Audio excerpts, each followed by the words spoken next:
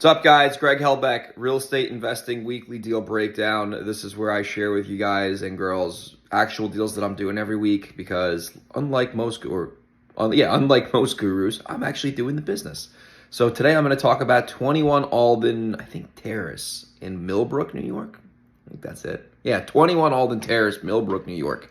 This property came from direct mail. We mailed the pre-probate list. Somebody called. They inherited the property. It was actually a townhouse.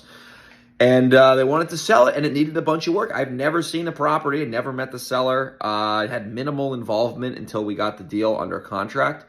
So what ended up happening was Brett on my team got the deal under contract.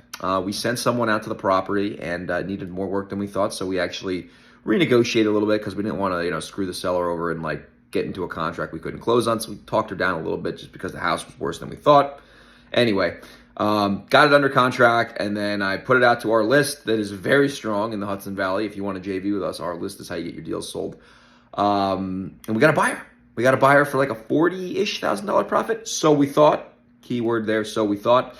And, went into escrow. And the problem with this property was that it just took forever to close because the probate was taking forever. It was taking forever. This lady had something wrong with the will. There was an issue. The court rejected it. Took another couple months, took forever.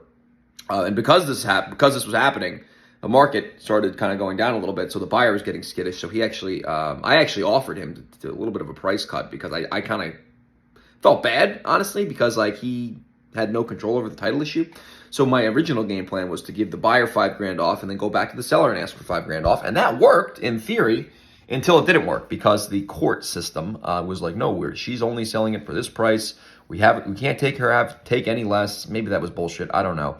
I ended up making $35,000 on it. We made $35,000 on it, which is pretty good for a wholesale deal, especially in a junky townhouse that was like a hoarder house.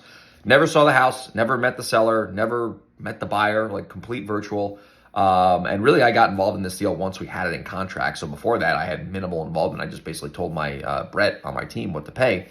And it was great. So let me give you the lessons on this deal. What can you take from this deal so you can go out and do it in your business, right? Number one, you're going to have title issues, right? Title issues are going to come up with properties. I mean, if you're in this business for more than a year, you're going to realize this is true, right? Title issues are a thing, and you have to learn how to solve them. So we strategically were patient. We were strategic. We followed up, and we were able to get the title issues solved. In this case, it was just a probate taking forever. The second thing on this video, on this video is, at the end of the day, a lot of people get nervous, right, when they're wholesaling a house. Oh my God, how do I know if I have a buyer? How do I know? So I'll give you a really good piece of advice that has made me 7 figures.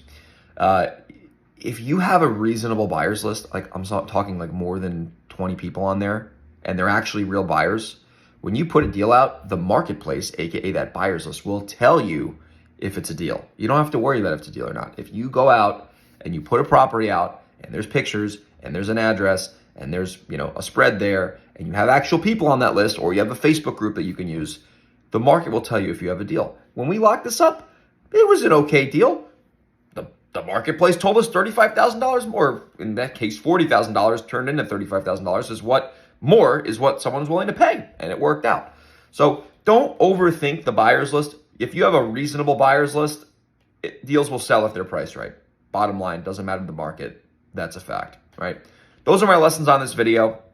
I'll keep this one a little bit shorter. Take a look at the property. It's 21 Alden Terrace, Millbrook, New York. I don't know the zip code. If you're interested, and thank you for watching, by the way. If you did get value, if you could subscribe to my channel and like the video, it would mean a lot to me. Once again, if you could subscribe and like the video, it would mean a lot to me. If you're interested in getting coached by me on a one-on-one basis, head over to bookacallwithgreg.com. That's a website where you can book a call with me for free for 15 minutes. It's going to be a valuable call. I'm not going to pitch you. I'm not going to hard sell you. Have a conversation about you and your business, how I can help you, for free. And at the end of that call, if you wanted to consider becoming a coaching client, I could talk to you about what that would look like, and then you could let me know if it would be a fit. No pressure, not a high pressure guy. Either way, it'll be a valuable 15 minutes of your time. Secondly, if you want to learn how to be a direct mail assassin and do profitable campaigns month after month after month, quarter after quarter after quarter, year after year after year, head over to directmailclass.com. Check out my free guide there, directmailclass.com. Lastly, if you want to do a deal with me like this or any other deal, if you're in Delaware, New York, or San Diego, email me with the subject line deals, greg@velocityhousebuyers.com. I'll see you on the next video.